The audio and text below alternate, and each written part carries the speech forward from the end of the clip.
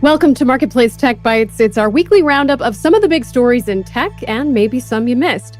I'm Meghan McCarty, Carino. This week, a data breach has the women's dating safety app T in hot water. Some in Congress are calling out Trump's chip deal with China. And YouTube is rolling out age estimation to protect young users. Here to discuss all this is our regular contributor, Maria Curi. She's a tech policy reporter at Axios. Hey, Maria, good to see you. Hey, thanks for having me. And first up, as always, is the bite of the week. This is a number that gives us some insight into the week in tech. Maria, do you have a number? Do you have a number for us? Yes. So my number this week is 300,000. That is the number of chips that Nvidia is getting ready to ship out to China so that it can meet its surging demand in AI. All right. Well, we will get into that in just a minute. But first, I have my number, which is 1.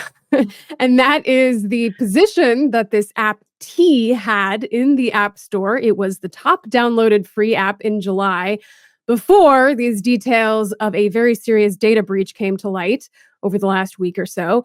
First off, Maria, let's talk about what this app T is for. Here is how the company described it on TikTok.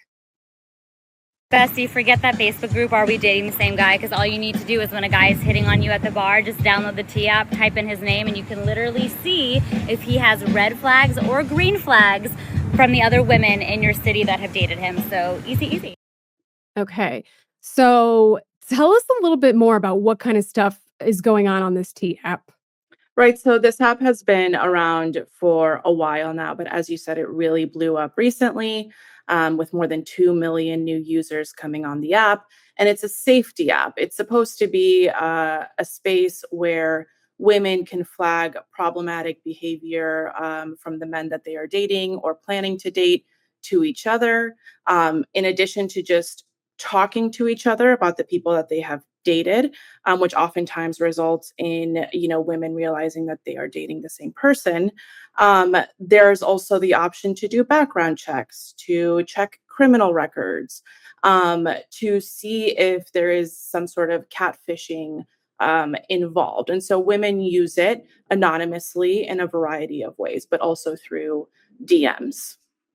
So T confirmed a breach of archived user data, which included more than 70,000 images. That's verification, selfies, government IDs.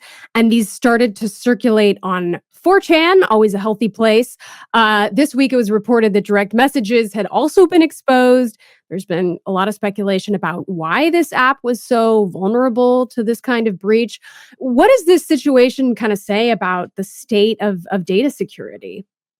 Well, it is particularly unfortunate that an app that was designed to keep women safe is now going through this breach and exposing women's personal information and photos to hackers and to the broader internet. This is something that happened before the app had migrated users' information to a new, more secure system. So they have a new, more fortified way of protecting users' data. But of course, more than 70,000 pieces of information out there for people to use is very problematic. At one point, there was a map that was tying women's images and information to their locations, which of course can be very dangerous. That is something that has not been reported by confirmed by certain outlets, but others have. And of course, this is something that was called for on 4chan to kind of push back against what some of 4chan users view as libel or the type of thing that is unfair to the men that are on there. And I mean, you noted that, this was kind of user data from a previous era. I'm surprised, the app is still pretty high up in the rankings in the App Store as of now. Yeah, I think it's a tool that a lot of women gravitate toward and benefit from. And so we know that there is a class action lawsuit that has been filed. And a lot of these women are now planning to sue. They want some form of damages paid to them, although a specific number is not out yet. They want the company to have better data security measures in place as well. But you can see the demand is still there. And of course, there are other versions of this on places like Facebook where you have, are we dating the same guy chats. All right. Well, now let's move to some controversy brewing on Capitol Hill over a kind of deal that President Donald Trump made as part of trade negotiations to allow the sale of Nvidia's H20 chips to China, which had been banned since April. That move was widely reported a couple of weeks ago, but Maria, you've been reporting on some backlash this decision is getting in Congress. Tell me about that.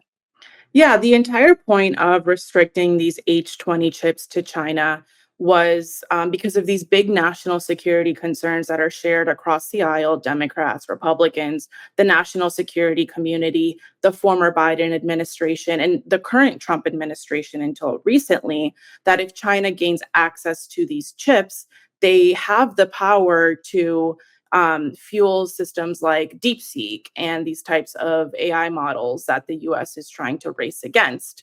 That is one argument that is being made, but we saw that NVIDIA's CEO Jensen Huang had some very successful meetings with President Trump and was able to convince the Trump administration to allow the sale of these chips to China again, because he argues that if NVIDIA is not in the Chinese market, Huawei will be, and it is actually in our national security interest to have an American company providing that service versus a Chinese one. And interestingly, this kind of came in the wake of Trump's AI action plan that was announced last week. What does that say about US China competition and kind of sales of US chips abroad? Yes, this came out about the during the AI action plan when he was there in his signing ceremony. Donald Trump was in his signing ceremony. You had Jensen Huang in the front row seat, so you can tell that it's really effective when these tech leaders come to Washington for to push their interests forward. But what this says basically is that this is just one bargaining chip in a much broader U.S.-China negotiation that is going on right now, particularly for rare earth minerals. And the Trump administration has not yet figured out how to stop more advanced chips from reaching China. There was a big rule that Biden had come out with called the diffusion rule, which aimed to stop the export of these chips through third countries. Trump scrapped that, and he hasn't really come out with a replacement for that. What he has come out with alongside the AI action plan is this exports executive order that would basically foster the deployment of even more U.S. advanced technology. To allies, though, mostly, right? To allies, yes. Yes. All right. Well, finally, we want to talk about kind of an interesting development at YouTube. This week, it announced that it is rolling out an age estimation system to protect younger users. Maria, we've heard a lot about age verification for social media. How is this age estimation different? Well, this is interesting because in this age verification debate, you have Apple and Google kind of on one side saying the burden to verify ages should not be at the entire App Store level. It should be at the app level, which is where Meta comes in and says, no, there should be a one-stop shop. We shouldn't face that burden. But Google is in an interesting place because they have the App Store, but they also have YouTube, which is where they are struggling and have historically struggled to verify users' ages. They've always had various protections in place for teenagers, like sleep mode. It gives you alerts if you've been looking at the screen too much. Targeted advertising can't happen for young users. But the issue has always been users lying about their ages and not really being able to verify that. So this new tool is meant to kind of address that as they're facing increasing pressure to do something about it. And age verification, which often includes, things like face capture or having to upload, copies of your government ID, which we kind of see from the first story we talked about is not always absolutely secure. This has been kind of controversial, including in some federal legislation that's been talked about, the Kids Online Safety Act. And it is still a concern here too, right? Yeah, I mean, this is what they argue. This is, if we start to collect all of this data from all of these individuals at the App Store level, we're going to have to collect data for apps that aren't even really relevant to age verification. So, this new tool that YouTube is rolling out is basically they're going to predict a user's age based on their behavior. They haven't told us specifically what they're going to be monitoring, what specific behaviors, but we know that these companies collect a lot of data on us, and so they should be able to pinpoint and target, is this person below 18 or over 18? If you say, I'm actually older than 18, then YouTube will require you to upload a government ID or a selfie to then double check. All right, Maria Curi, reporter at Axios. Great to have you as always. Thanks for having me. And thanks to all of you for watching Marketplace Tech Bytes Week in Review. Jesus Alvarado produced this episode. I'm Meghan McCarty Carino.